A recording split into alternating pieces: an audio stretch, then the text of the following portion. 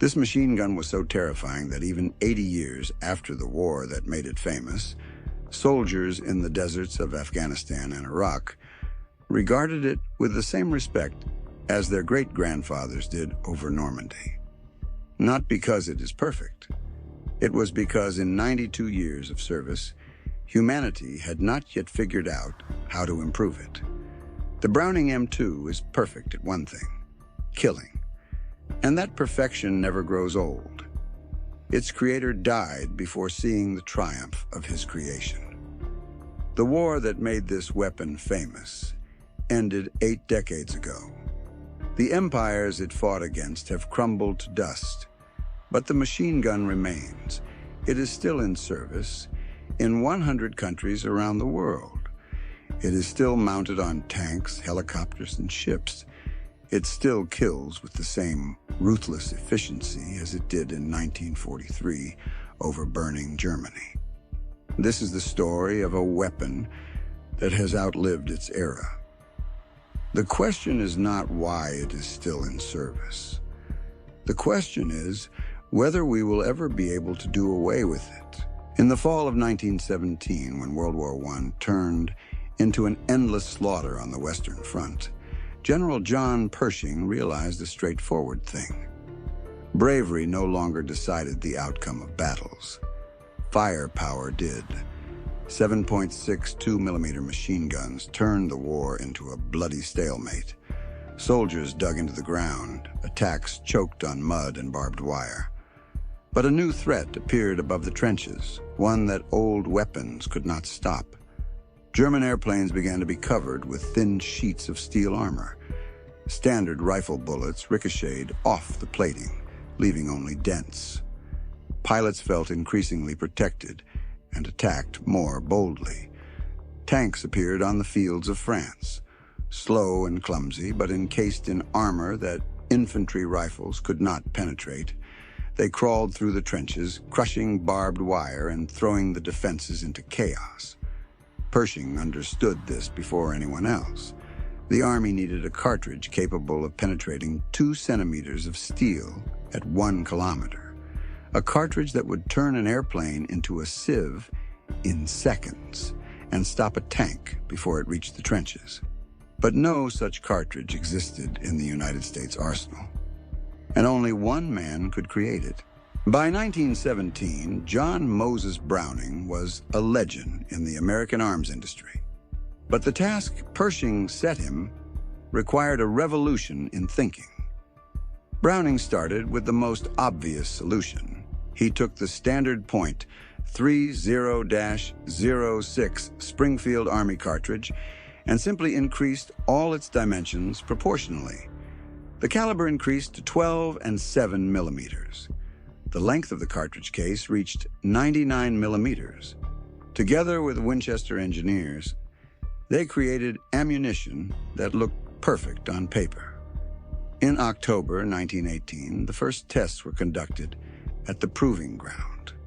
The machine gun fired, which was already an achievement. But the rate of fire was less than 500 rounds per minute. The bullet's initial velocity was insufficient. It had enough power to penetrate armor, but only at short ranges. A month after the tests, the war ended. The Germans signed an armistice. Tanks and armored aircraft were no longer an urgent problem. But Browning continued to work. The French offered their 11-millimeter cartridge. Too weak. The Americans studied captured German Mausers with 13.2-millimeter cartridges. Powerful, but cumbersome. In 1921, the water-cooled M1921 was adopted for service. It worked, but it was far from perfect.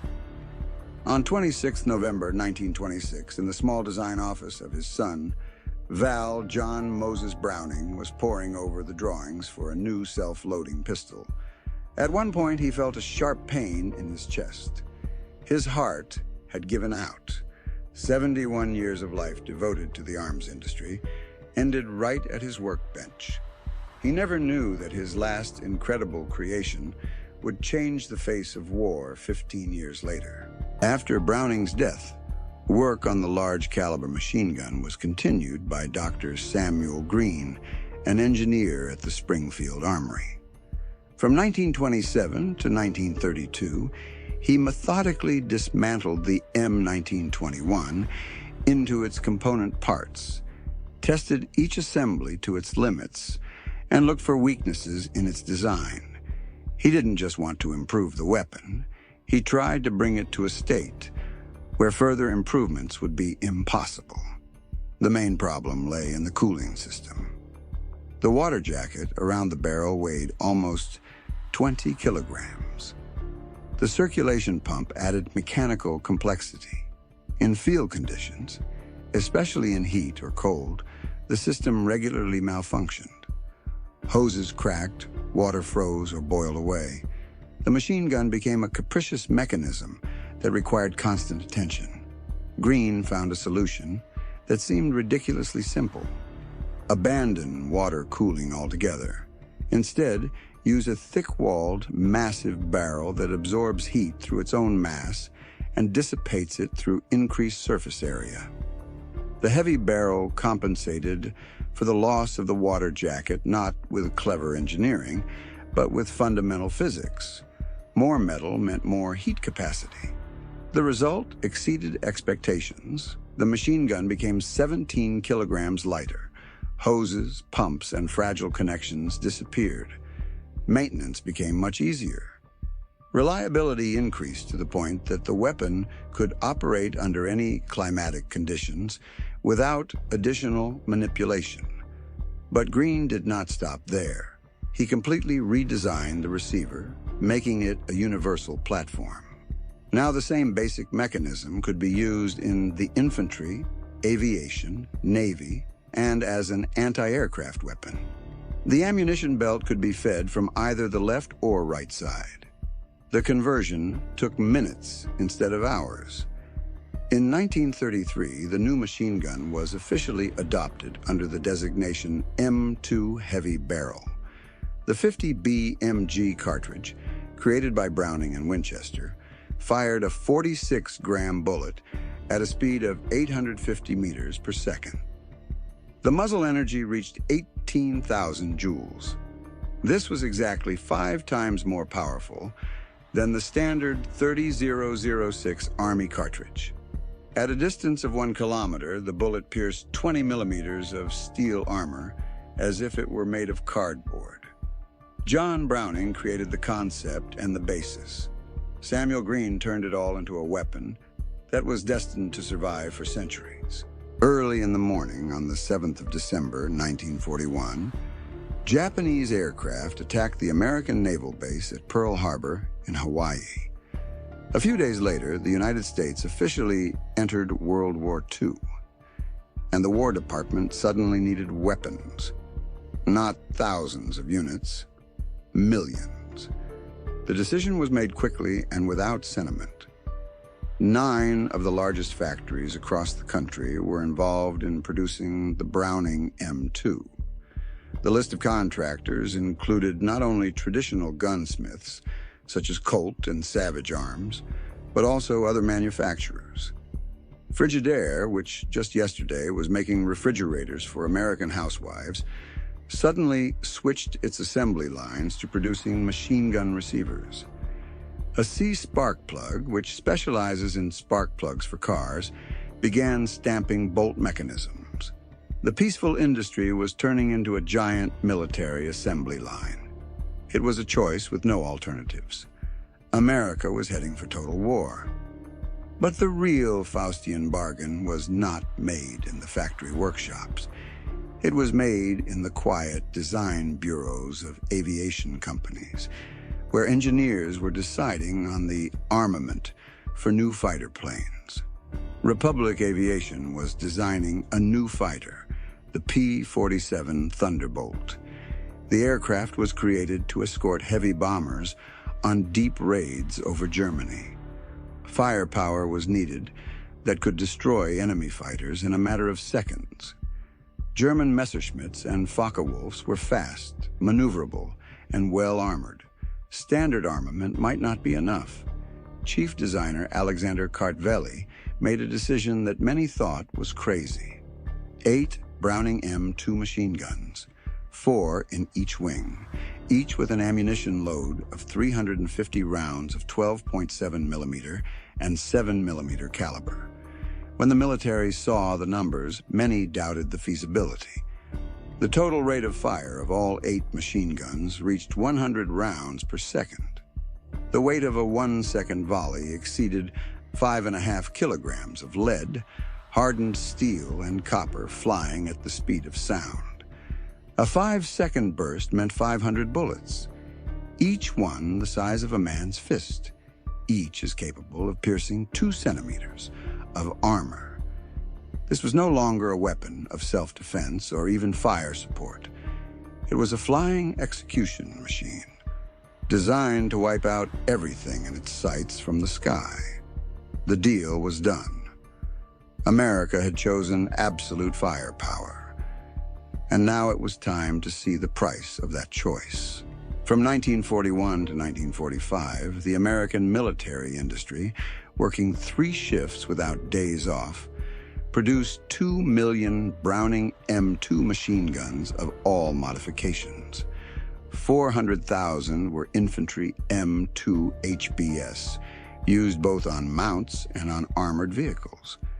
The rest, the vast majority, went to the Air Force. In the summer of 1943, an aircraft appeared in the skies over occupied Germany, which German Luftwaffe pilots quickly dubbed the Thunderbolt.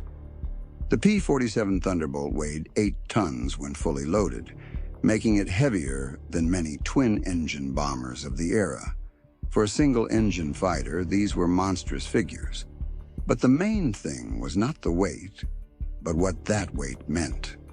When a P-47 pilot found a target and pressed the red button on the control stick, 8 M2 machine guns opened fire in perfect synchrony.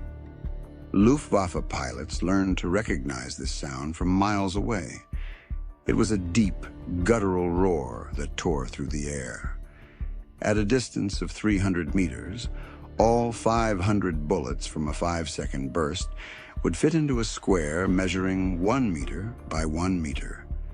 The aluminum skin of a German fighter would be turned into a lace-like lattice in a fraction of a second.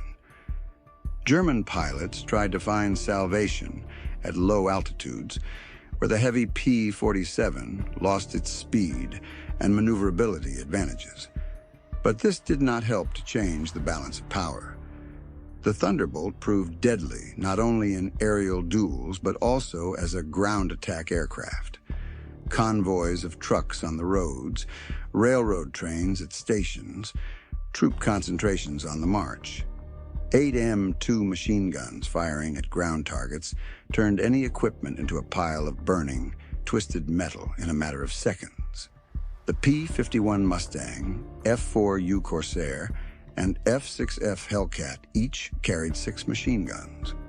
The B-17 Flying Fortress heavy bombers were defended by 13 M2s mounted in turrets throughout the fuselage. On the ground, the Browning M2 proved to be no less a ruthless instrument of war. In 1942, American engineers created the M16 self-propelled anti-aircraft gun based on the M3 half-track armored personnel carrier. 4 M2 machine guns were mounted on a single platform with electric guidance, with a total rate of fire exceeded 2,500 rounds per minute, which meant more than 40 bullets per second. When this mount was deployed against ground targets, something terrible happened. The ground around the target literally boiled with dust fountains, clods of dirt, and shrapnel. Tracer bullets drew glowing lines in the air, converging at a single point. American infantrymen gave this weapon a nickname that was never uttered aloud in the presence of new recruits: meat grinder. After the M16 had finished firing at a target, none of the soldiers approached to look at the results. There was no need. By the end of 1945, the Browning M2 had become the most widely used heavy machine gun in the Western world. It was everywhere, and it always worked. But behind all these impressive figures and technical characteristics were people, real people, who either fired this weapon or were caught in its fire. Gunners on American B-17 bombers spent 8, 10, or 12 hours per flight in their turrets. At an altitude of 8,000 meters, the temperature dropped to minus 40 degrees Celsius. Oxygen masks were covered with frost and froze. Hands in thick gloves could barely feel the triggers. Feet lost sensitivity from the cold. And then the silhouettes of German fighters appeared in the sky, and hell began. When enemy planes attacked, the gunner fired the entire belt, with no room for error or respite. He knew that if he didn't shoot down the attacking fighter, it would shoot down the bomber, and the entire crew would die. 10 people. Many of these young gunners did not live to see their 25th birthday. One of the gunners in the upper turret of a B-17 wrote a letter home after a particularly bloody raid on the ball-bearing factories in Schweinfurt. The letter was intercepted by military sensors and never reached its destination. It was discovered in the archives decades later. It contained one sentence, heavily crossed out with the sensor's black marker, but still legible. I can no longer watch what this thing does to people. But if I don't pull the trigger, who will? And who will protect my comrades? The M16 anti-aircraft gun, nicknamed Meat Grinder by the troops, earned its name through its concrete actions. 4 barrels, each firing 400 to 600 rounds per minute. When the commander turned it against a cluster of enemy infantry, the result was predictable and horrific. After such a fire, there were no wounded who needed medical attention. Only the dead remained. John Moses Browning, beginning work on a large caliber cartridge in 1917, created a weapon to fight machines, to pierce the armor of tanks and stop their advance, to destroy aircraft to protect ground troops from air attacks. He thought about metal, not people. But war does not make such distinctions. A bullet that pierces a tank's armor kills the crew inside. A bullet that tears apart an airplane's wing kills the pilot in the cockpit. And the Browning M2's excellence at destroying machines automatically translated into excellence at killing the people who operated them. There was no difference between them, and there still isn't. When the last shots of World War II fell silent in May 1945, the war was not over for the Browning M2. It simply took on other forms. 400,000 M2HB infantry machine guns remained in service. In 1949, NATO standardized the .50 BMG cartridge, and the M2 became the standard large-caliber machine gun for the entire Western military bloc. For the next 70 years, it served in Korea, Vietnam, the Persian Gulf, Iraq, and Afghanistan. 92 years of continuous combat service, 6 whole generations of soldiers. From propeller fighters of World War II to combat robots and Abrams tanks. The .50 BMG cartridge, created almost a century ago, spawned a whole class of modern weapons. Large caliber sniper rifles for ultra-long-range shooting, such as the Barrett M82 and Macmillan TAC-50. They all fire the same cartridge that John Browning developed a century ago. Today, in 2025, the Browning M2 is in service in more than 100 countries worldwide. It is manufactured under license in Belgium and shipped to South Korea. It is installed on main battle tanks, armored personnel carriers, combat helicopters, and warships. No major army in the world can do without it. John Moses Browning died in 1926, never knowing that he had created the longest-lived combat weapon in human history. Almost a century after his death, this weapon continues to kill with the same cold efficiency, as on the first day of its combat baptism. Ultimately, this story is not about metal parts, ammunition, or technical specifications. It is a story about what happens when an engineering genius creates something so perfect that it outlives not only its creator, but also the era for which it was intended. But there is a paradox here that no one likes to talk about openly. Every improvement in weaponry does not bring the end of war closer. It makes war more accessible, more prolonged, more deadly. The Browning M2 is so well designed that humanity simply cannot give it up. It is too reliable, too effective, too versatile. John Browning wanted to protect American soldiers, to give them a tool to fight the enemy's armored vehicles. He created a weapon against metal. But war, as it turns out, does not distinguish between a machine and the person inside it. A bullet that pierces 2 centimeters of armor pierces the human body with the same ease. And the perfection of this bullet in piercing steel automatically becomes perfection in killing people. Browning did not want this, but his weapon turned out to be too good to be used only for its intended purpose. The machine gun did not make moral choices. It had no conscience. It simply performed the function for which it was created, flawlessly. Today, almost a century after the death of its creator, the Browning M2 is still with us. It is still in service. It is still being installed on the latest military equipment. It still kills. And as long as it remains perfect in its function, it will not go anywhere.